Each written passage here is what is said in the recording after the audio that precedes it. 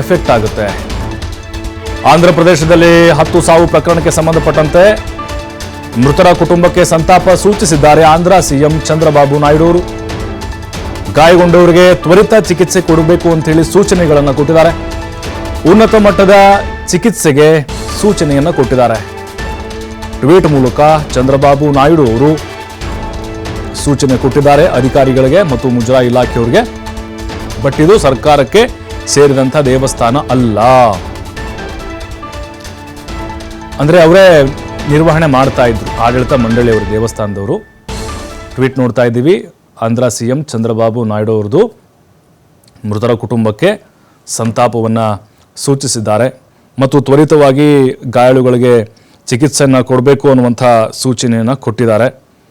ಮತ್ತು ದೇವಸ್ಥಾನದಲ್ಲಿ ಸಂಭವಿಸಿದ ಕಾಲ್ತುಳಿತ ಘಟನೆ ಆಘಾತವನ್ನು ಉಂಟು ಮಾಡಿದೆ. ಈ ದುರಂತದಲ್ಲಿ ಭಕ್ತರ ಸಾವು ಅತೀವ ವೇದನೆಯನ್ನು ಉಂಟು ಮಾಡಿದೆ.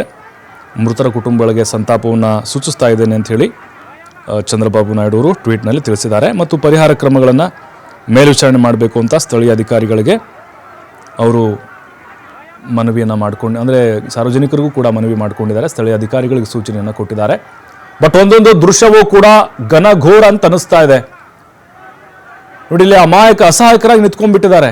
ಯಾವ ದೇವರು ಬೇಡಪ್ಪ ನೋಡಿ. ಅಲ್ಲಿ ಒಂದು 20,000 ಜನಸಂಖ್ಯೆ ಭಕ್ತಾದಿಗಳು ಬಂದಿದ್ದು ಪ್ರವೇಶ ದ್ವಾರದಲ್ಲಿ ಸರಿಯಾದಂತಹ ವ್ಯವಸ್ಥೆ, ಕ್ಯೂಗೆ ವ್ಯವಸ್ಥೆ ಇತ್ತು, ಆದರೆ ಇಕ್ಕಟ್ಟಾದಂತಹ ಆವರಣ ಇತ್ತು. ಅಲ್ಲಿ ಜಗಳ ಆಯಿತು.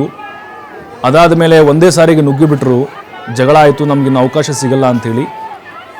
ಆ ಟೈಮ್ನಲ್ಲಿ ಒಬ್ಬರ ಮೇಲೆ ಹತ್ಕೊಂಡು ಹೋಗಿ ಈ ಒಂದು ದುರಂತ ಆಗಿಬಿಟ್ಟಿದೆ. ಹೆಣಗಳ ರಾಶಿ ಹಾಕಿಬಿಟ್ಟಿದ್ದಾರೆ ನೋಡಿ. ಅಲ್ಲಿ ಯಾರು ಕೂಡ ಮುಂದೆ ಬರ್ತಾ ಇಲ್ಲ. ಅಂದರೆ ಆ್ಯಂಬುಲೆನ್ಸ್ ಕೂಡ ಸ್ಥಳದಲ್ಲಿ ಸರಿಯಾದ ಸಮಯಕ್ಕೆ ಬಂದಿರಲಿಲ್ಲ. ಮತ್ತು ಅಲ್ಲಿ ಮುಂಜಾಗ್ರತಾ ಕ್ರಮವಾಗಿ ಯಾವುದೇ ವ್ಯವಸ್ಥೆಯನ್ನು ದೇವಸ್ಥಾನದ ಆಡಳಿತ ಮಂಡಳಿಯವರು ಮಾಡಿಕೊಂಡಿರಲಿಲ್ಲ. ನೀರು ಕೊಡುವಂತಹ ವ್ಯವಸ್ಥೆ ಕೂಡ ಅಲ್ಲಿರಲಿಲ್ಲ. ಹಾಗಾಗಿನೇ ಈಗ ದೇವಸ್ಥಾನಕ್ಕೆ ಅಲ್ಲಿ ಆಡಳಿತ ಮಂಡಳಿಯವರಿಗೆ ಭಕ್ತಾದಿಗಳು ಹಿಡಿಶಾಪವನ್ನು ಹಾಕ್ತಾ ಇದ್ದಾರೆ. ಯಾಕಂದರೆ ಸಿಬ್ಬಂದಿಗಳೇ ಇರಲಿಲ್ಲ ಅಲ್ಲಿ ನಿರ್ವಹಣೆ ಮಾಡಲಿಕ್ಕೆ, ಮೇಂಟೈನ್ ಮಾಡಲಿಕ್ಕೆ. ನಾವೆಂತಿಂಥ